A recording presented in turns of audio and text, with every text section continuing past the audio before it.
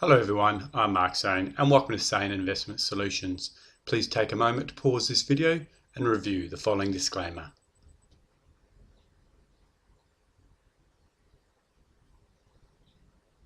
Thank you for that. Welcome to week 12 of the Forex market review. Today we're going to take a look at two currency pairs, so let's go ahead and jump right to the charts. So what we're looking at is the USD CAD on a weekly chart. It's up here in the top left corner of my chart. You can see we're on the USD CAD weekly chart, and we're going to make our step way down as we normally do in these videos. So what we can first look at, we can assume that this first large AO here, it's likely we're in a wave 3 cycle. So what we want to do is go ahead and put our indicators on the template just so we roughly know what we're looking at and where we think the market might go. So as indicated, we believe this whole move up here is likely wave 3. So if we look left, we can generally see wave 1 and wave 2. Now this is not always clear, so don't be disarrayed if you can't find it. As long as you can find the first largest AO, we can assume that that move is all of wave 3. So now that we have wave 3, we want to see how far it will pull back and see if it can give us an opportunity to take it in the wave 5 direction higher. So what we want to do is go ahead and grab our Fibonacci Retracement tool. We take it from the start of wave 3 to the end of wave 3. Now we roughly know the end of wave 3. Once it comes back to the zero line, which it has done now, we look left and find the highest point in this example because we're going higher, or it'd be the lowest point if we're coming lower. So in this example, we look left, find the highest point, and then we follow the AO all the way roughly back to the beginning, and that will show us the beginning of wave 3. So as we've done, we've drawn it, and we can see at the moment the market's pulled back to the 38.2% Fibonacci level.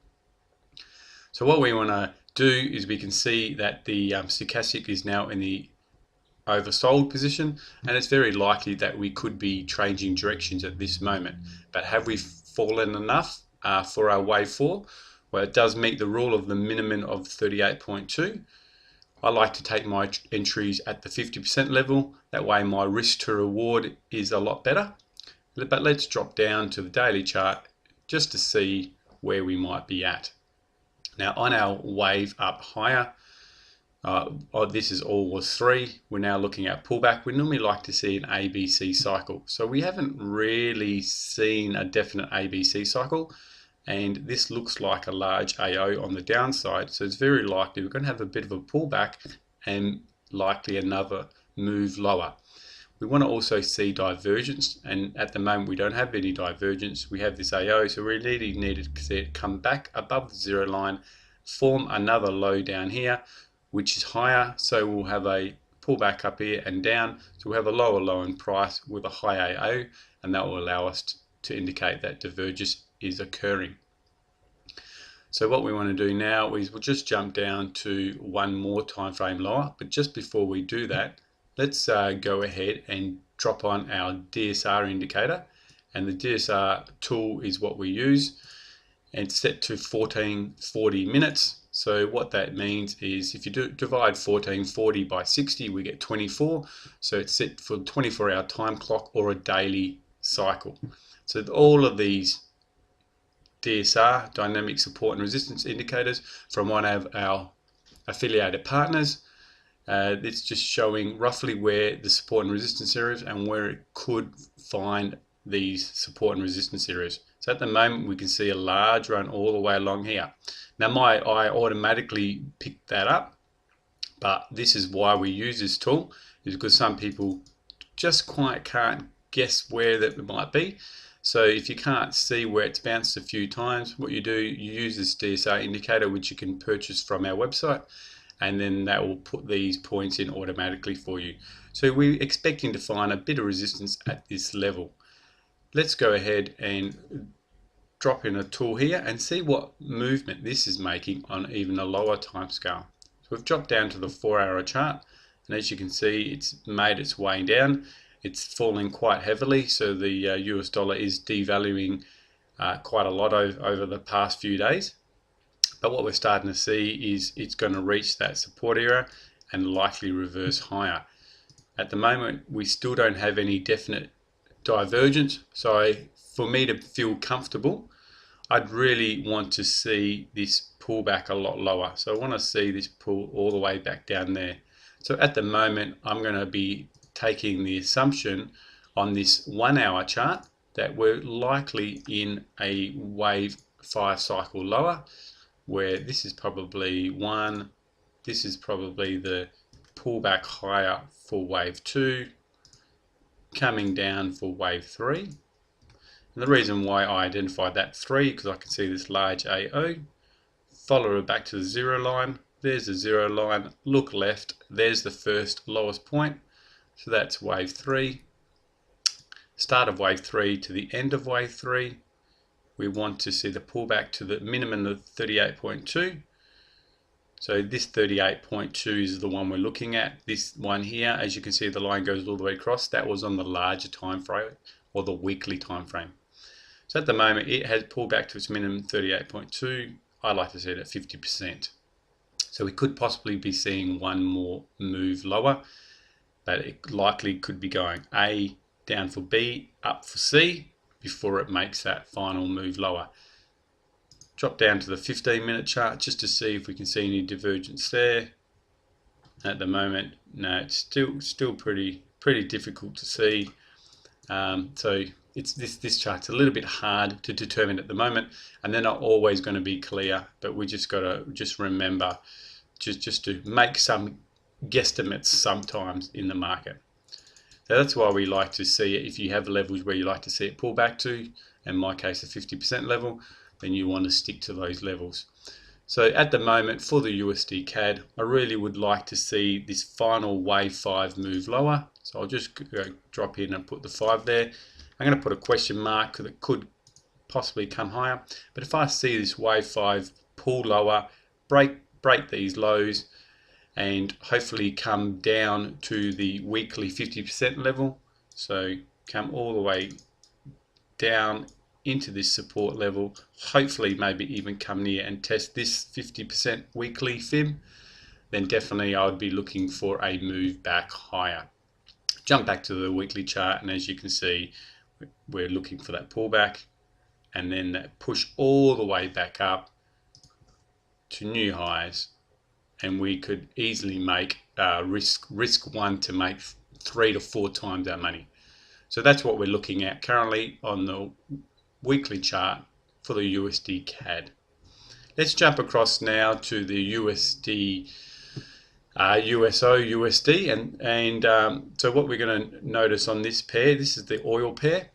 We've got the weekly chart again, and we can first quickly identify the weekly large AO here. So we know that the large AO is the wave 3.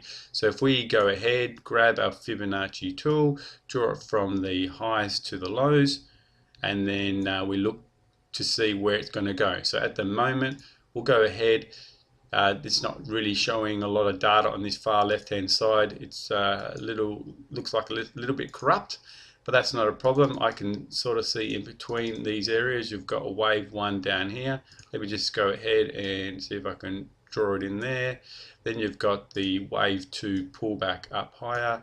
Then you've got the wave 3 down lower, as we've just drawn with our fib tool. Then you've got your wave 4, and then you've got your wave 5. So what I like to use is the zigzag tool, and the zigzag tool is definitely a good tool because for most people who can't see the wave cycles, which I've drawn in the blue, they can see it on the zigzag chart. And so I definitely recommend dropping on the zigzag tool. That zigzag tool is just the default, and with the default you'll be able to go ahead and have a good estimate of roughly where the wave cycles are forming. As I've always indicated, the one you want to be looking for is wave 3, because wave 3 is the easiest to identify, and we identify that by the first largest AO, follow it back to the zero line, then we look left, find the lowest point in this downtrend, and that's how we find it. Go back to the beginning, and roughly that's the start of it. So 1, 2, 3, 4, 5. We've finished our 5-wave cycle. On the lower side, we also have divergence with a lower low in price and a higher AO. The AOs come back above the zero line, so that's what we call clear divergence. So if you're trading the oil at the moment, it definitely looks like we're going to be making a new trend up.